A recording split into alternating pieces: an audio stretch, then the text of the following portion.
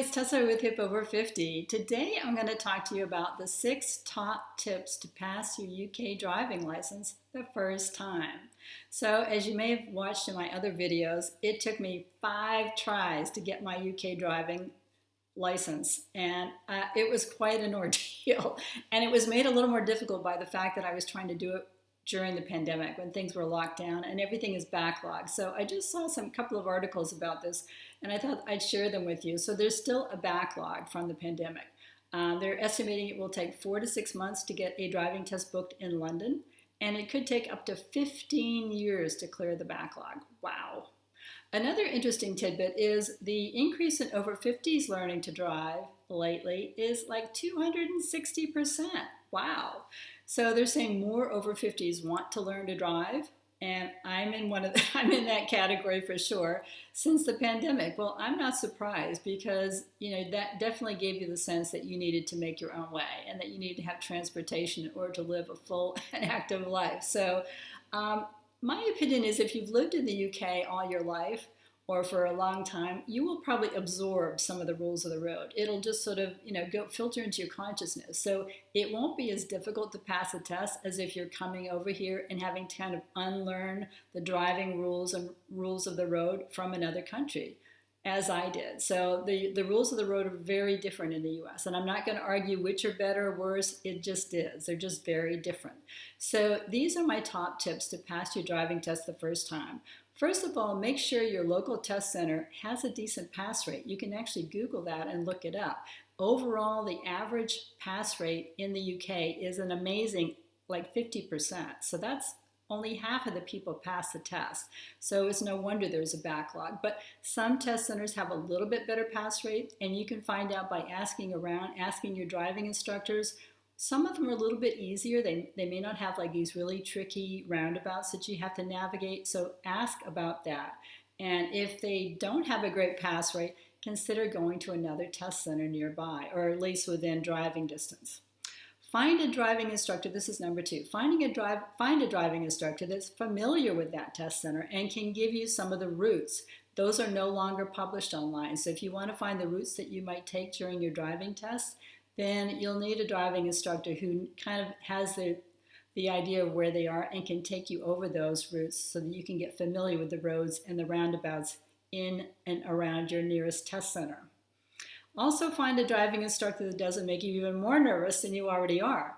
I went through a bunch of driving instructors, and quite frankly, they were outrageous. I mean, they weren't horrible, but one of them kept emphasizing how to tell whether a light's going to change for a crossing. I'm like, I don't need to know that. I don't need to stick that in my brain when I'm trying to think about how to navigate the roads or a roundabout coming up.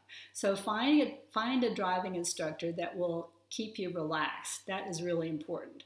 Number 3, practice roundabouts in the area around your test center. Some roundabouts are easy, but some of them can have like up to 5 or even 6 exits. So you need to practice those roundabouts. You need to know which lane you should be in to go to each exit.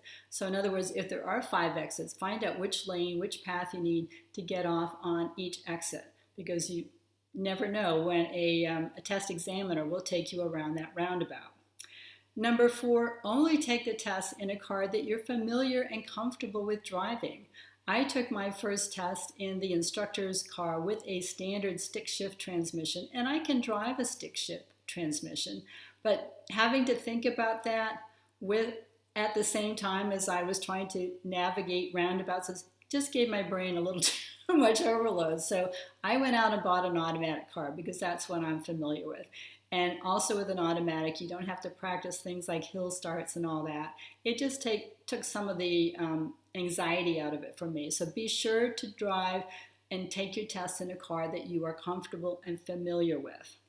Number 5, I would use an app to book your test or to rebook a test if you fail a test and you need to take it again. This article that I read in the paper said, oh, it's the fault of all these learner drivers that are trying to take the test before they're ready. Well, of course they are. They're tired of waiting around. My opinion is it's better to get back on the horse and try again as soon as possible so that you don't kind of forget and get out of the habit of what you've been learning. So you need to wait at least 2 weeks. If you failed a test, you need to wait at least 2 weeks before you can book another one.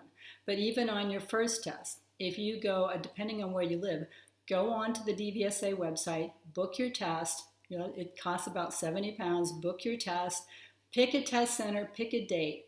Now, let's say that's the closest one you can get is like 4 months away.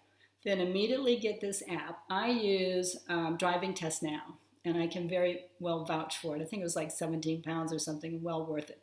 Once you book your test on the DVSA website, then go on the app and tell it which test center you want and what dates you want.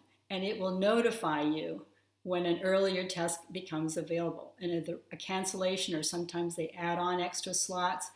Their examiner, you know, they add on extra examiners or something. So book it on the DVSA website, then get the app and use that to schedule your test a little bit closer and to reschedule any tests that you need to retake. And last but not least, number 6, and this, you may think this is kind of funny, but practice meditation and breath work. I mean, I think it's very important to try to stay calm and to remember to breathe. I'm not a person that gets, you know, anxiety very easily at all, but I started finding myself getting more and more anxious each time I took a test, because I thought, oh my goodness, if I don't pass this time, then I have to go through all of this again. So try to calm yourself down, whatever works best for you, but try meditation and breath work. So I hope that helps. I hope you have great luck passing your driving test. And this is Tessa with Hip Over 50. Put any comments in the box below, and I will see you soon. Bye for now.